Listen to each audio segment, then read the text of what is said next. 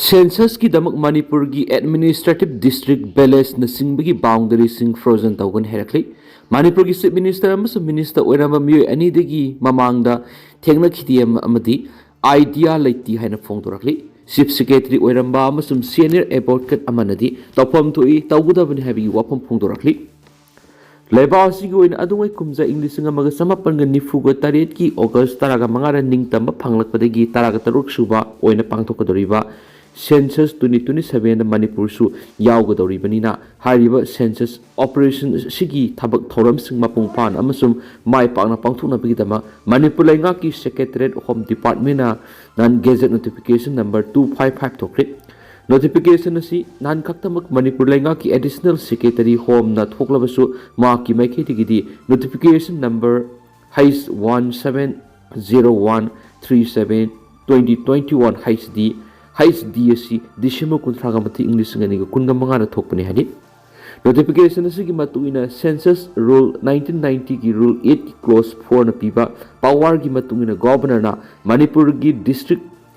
तहसील balance न सिंगो पुनमकी administrative boundary बु पांथोकदोरिबा census operation सिकिदमक जनवरी अमा इंग्लिश ngani ग तरागा तरुक्तिगी हौरलगा मार्च कुंथ्रागा मथु इंग्लिश ngani ग कुनगा तरेट फावबा फ्रोजन तौरगनी हाइबो वाफम फोंदोरखली लेंगा की होम डिपार्टमेंट की मैकेडिगी दिसंबर कुंथ्रागा मथु इंग्लिश ngani ग कुनगा मंगादा थोकिबा नोटिफिकेशन असी नॉन गेजेट नोटिफिकेशन ओइना थोलकपगी आसिगुंबा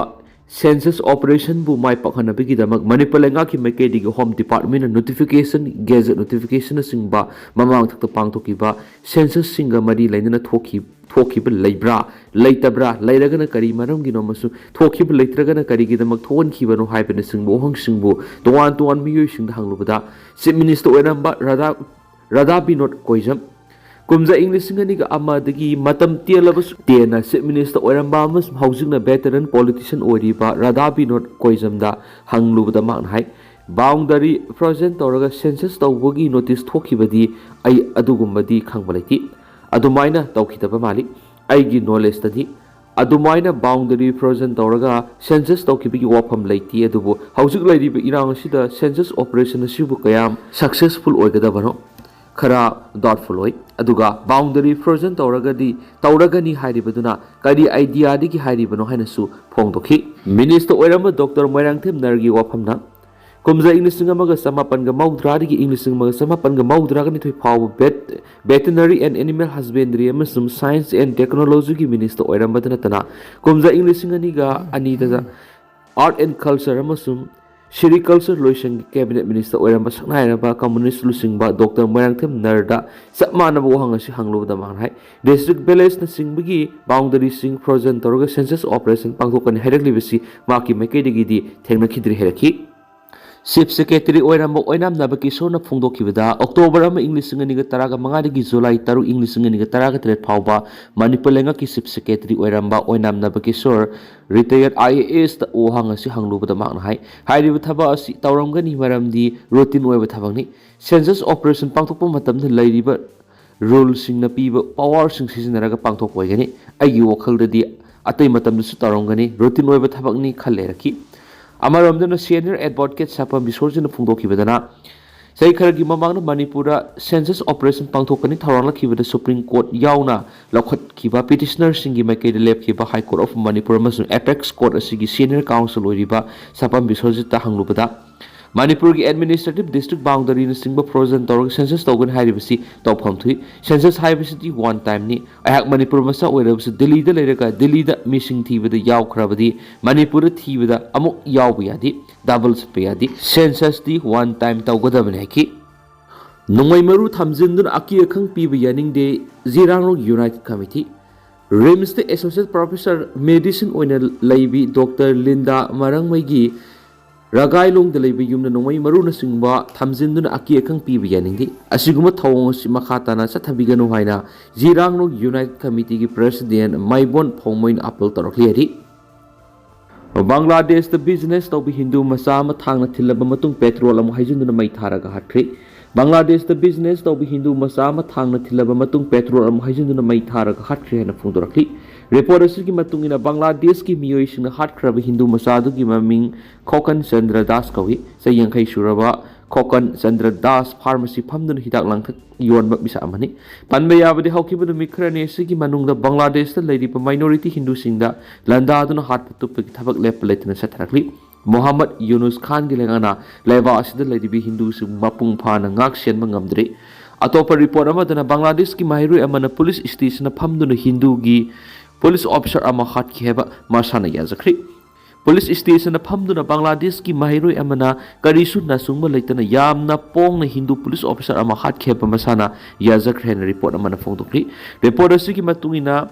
Habi Ganja the labor Mahiru Eduna police station to the lady police officer Adubusu Damki Tauduna police station Maitagan Hennesu Aki Kangpiki Tawangashina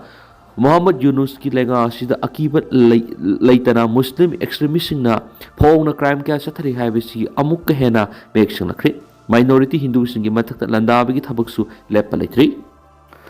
New Year numit lo lei haibi akiba leitana nomai kap khibagi video viral oirakli PR lairiba Manipur satharakli be thawang angak oinari Another say English singing a Kungatar clock, but a assault rifle cop to Naharau Tiama Punto Kibagi video viral or Pagaloina India Pumbat Angakpoina Creek. Manipur kum sing English singing a Kungo home the Gime, whom the Gikangluk Irang Tolakiba, Matung Irang Lakshanaba, kum sing English singing a Kunga Mangagi February Tadi Hona PR Tamakibani. President ruling Handak Pang to Kiba New Year celebration, the Techno Parliament, some Kampo Pidishikta, Aran Mata Wishina. Asauba assault rifle cop to Naharau Tiam Punto Kibagi video viral Rakri. Viral Orakiba video do Nupa Man AK series ki rifle Makapuri. Madu Kangpopi district Hokibani have a can palm already. Adu Atopa Madana Kangpopi district and Nupia Man assault rifle cop Kibagi video viral Oraki. Adu Menamak Hira Mesigi Matano official over Wapamata Fondo Paritri. No may kappa matamatu ng ngang kiba konjal na talaga na lola do Kuki Fruki oigani hari. Paushigi matuin nupa man AK series assault rifle cup to na Happy New Year hay na lau kiba do police personnel ama oigani hari. No may kap liba mapamadugi maning thangwa sarukta Angur service hay na thaba container truck ama laiburi loy na nupa ama sulep to na lady. Oidi ba piba maduna national highway da kari pibam oiramgada gi haibadu haibagamdi. Angur service Hairiba Haibadu Assamna based of a farm money. Hairiba Pharmacy containers in Manipur Gimapum Kiara Port Putuk Pushing Taburi, Aduguma truck Adugi distributor Amana NDTV the Puntuki with the truck Adu Arumba Port Kiaputuna Lakpada, Kangpo Pigi Sarpamana the Labui, Hairiba container and Tugina Kanda, Nupa Man Esso rifle to Captain Harautia Puntuki, Taudo do Nesna Highway to Toki when Hanasu reportari, Nakalamaram Technopol district and Ha or Divino Piamana Eker series Esso rifle Mapaiduna, singing Nakalamada. Lepagaloina, no may Marukia Kap Talk viral video Uduri, Maki, Nakanda Amoba uniform set Paduga, Lengzum the Angang Mamasugi, Base Napamiu Amana, no may Kap Libanupi to the Mating Pamburi, no Pia do not trigger sing do not full automatic motor no may Kap Suri Duga, Atopa viral video Mother New Year Gitarum Gamari Lena Mui Kutpu Womana, no may Kap Uri, Mapam Singadu Lady Kunjasing the Makoi the Kanagumba sing etexa Tarakla Habi Akiba Punto Rakpaladi Hari, Maduna Maramoraga Muika Mayum the Gihendona Kitty, Machine Kang the Amadi Mathong Maram Kang the Nomai Kapiki Makol Kastaki, Adomenama, Myanmar Gatain and a labor Technopoli Kunzamara Punto Kibada, no may Kapi with the Myanmarum Tangba Sharuktani Hari.